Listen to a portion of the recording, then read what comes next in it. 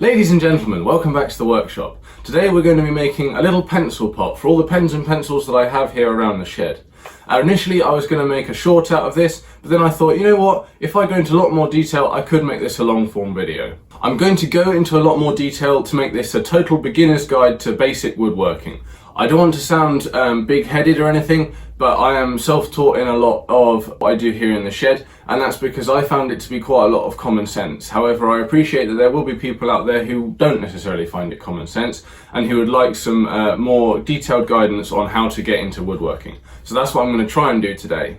So if you, like me, think you're fairly competent at woodworking without having any guidance, then go ahead and click off the video. But if you're a total newbie to the skill, first of all, welcome, and thank you for choosing such a great skill to try and have a little go at. I'll invite you to give the video a like and subscribe to the channel if you enjoy what we do today, and let's get on. So yes, in a lot of my videos you'll often see sequences like this.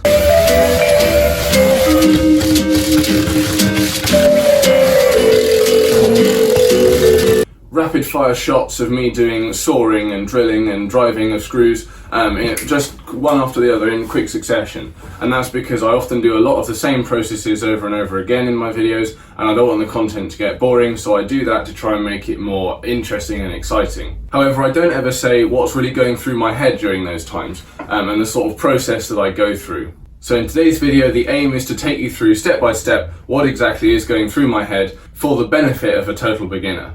And the first step really, as soon as I know what it is I'm going to make, be it any one of these things that you can see popping up on the screen now, is to make a plan. Now a lot of the time I do this in my head, but if you want to, you can do it on paper, because often it does help to actually put your ideas down and lay everything out where you can see them. So let's get started with that. So assuming I wanted to make a pencil pot for all of my pens and pencils in the shed, which I've only recently added to, so clearly this doesn't need to be very big.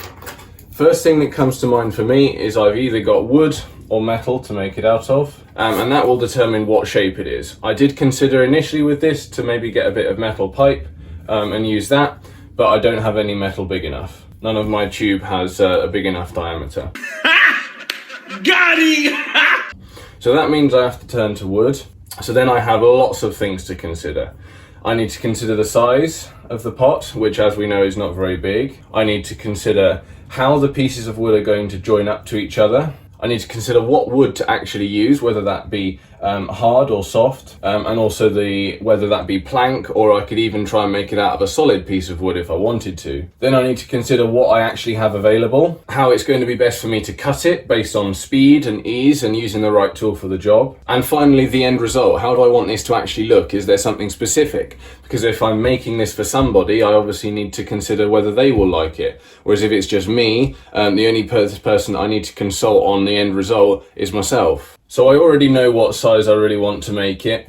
I already know that I want to make it out of planks really, and definitely softwood, because softwood is a lot easier to come by, it's a lot easier to work with, it's going to make the job a bit quicker, and also it's only really necessary to use softwood for a project like this. It's not going to have really a high surface finish, nor is it going to need a lot of strength. So softwood is going to be perfectly appropriate. So I will just really use some of the scrap pallet wood that I have in the shed here, which also means that that's done, and we can also know that our joins are going to be simple butting up joins where we have one board and then another board just coming up to it at 90 degrees.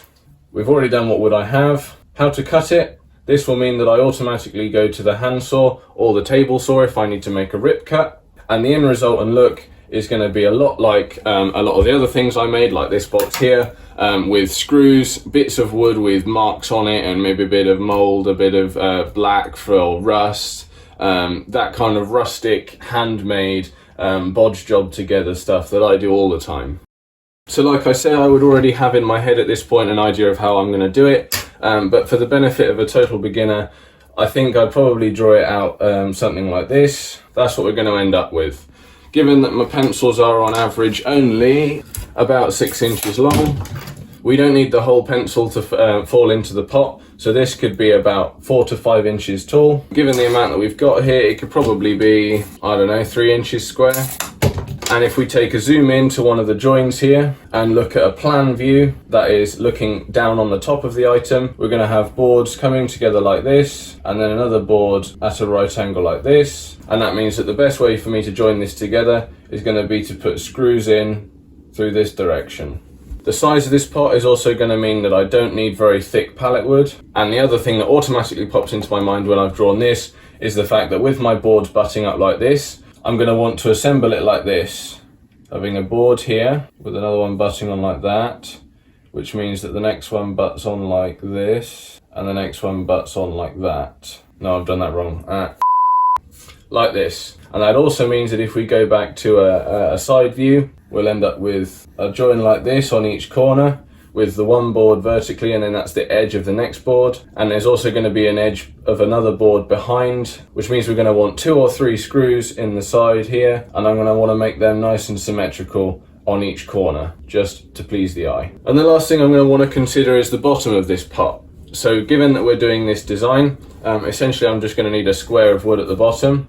But the thing we need to consider here is, am I going to put the square of wood on the table and then put the pot on top of it, or am I going to put the pot and then sit the bottom of it up inside underneath? That's what I'm going to go for today, again just for how it looks, but that means I need to consider the thickness of this board in the overall height of the pot, given that I need 4.5 inches, say, for the pens and pencils. I need to add on an additional board width in here to the length of these boards so that we can account for the bottom that's going to go inside. It also means I can't drop this bottom screw here too low, or I'll be running into the base of the pot, which is going to be in here. So that really is the first step of any project that I do here in the shed, is to make a plan, either in my head or sometimes I will do it on paper. And step 2 is going to be to choose the wood.